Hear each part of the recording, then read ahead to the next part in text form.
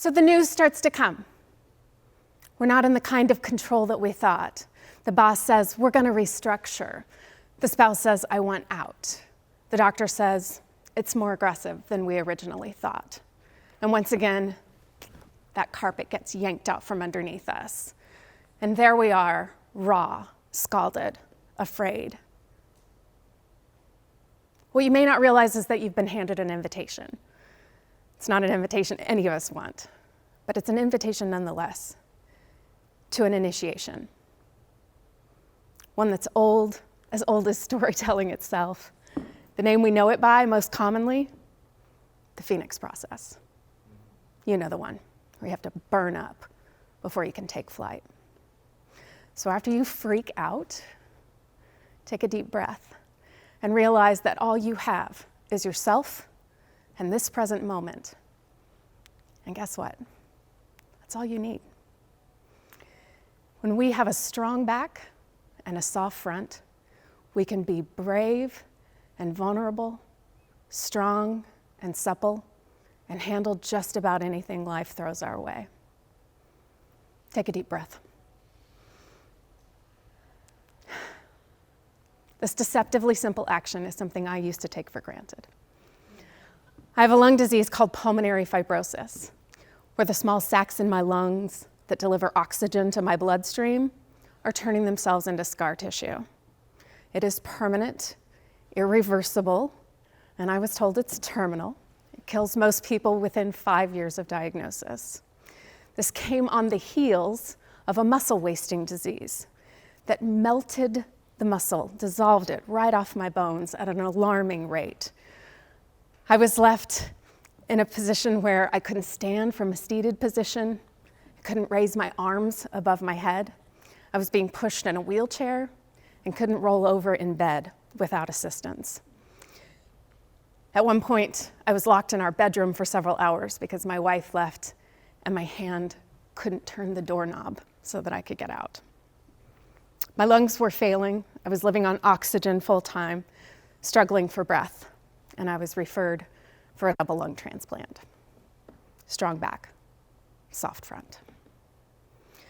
Just exactly how sick I was driven home for me that holiday. We always put up a big Christmas tree. My wife was raised in poverty and she didn't always have one, so we now do. We've collected beautiful glass ornaments over the years from the after Christmas sales, we were decorating the tree. This was 3 years ago. Well, my wife was decorating the tree. I was sitting on the couch like a pile of laundry. And I noticed that she'd gotten down this box of ornaments from the attic that were from my childhood. They were the ones that had glitter and popsicle sticks, the ugly ornaments.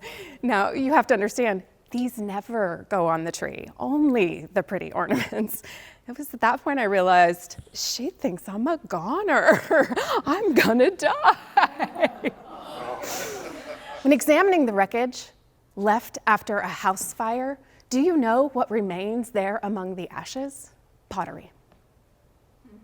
And it's left because it's already been baked. It's already been through the hot fires of a kiln. So too with us. I would like it if we maximized our growth during times of ease and comfort, but that just isn't how we're wired. It's in the fires of adversity that our backbones are forged. In the words of Pema Chodron, only to the extent that we expose ourselves over and over to annihilation can that which is indestructible within us be found. Strong back, soft front. Part of that soft front comes from self-love. Not that kind of self-love, dirty. Love yourself as if your whole life depends on it, because it does. I used to carry that worthiness wound that so many of us do, that love has to be earned or that its primary source comes from others. Well, that just isn't true. Self-love is a wellspring. We embody it by existing.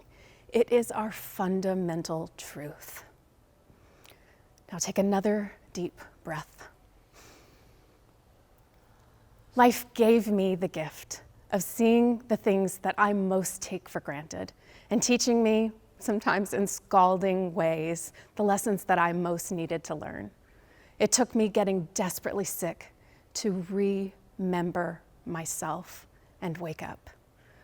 Death is a guarantee. A full and satisfying life is optional.